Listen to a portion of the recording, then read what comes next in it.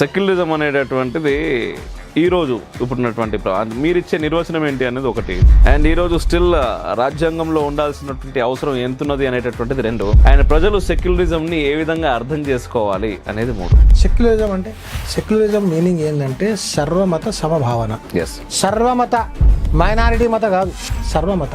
సర్వమత అంటే అందరూ ఉంటారు దాంట్లో. లింగ్విస్టిక్ మైనారిటీస్ ఉంటారు, రిలీజియస్ మైనారిటీస్ ఉంటారు, అందరూ ఉంటారు. ఒకరిని ఇంకొకరిని కేవలం మతం ఆధారంగా వ్యత్యాసాలు చూపించకుండా అందరినీ సమానంగా చూడడం సెక్యులరిజం. యాక్చువల్గా భారతీయ సంస్కృతిలోనే సెక్యులరిజం అంతే కదా.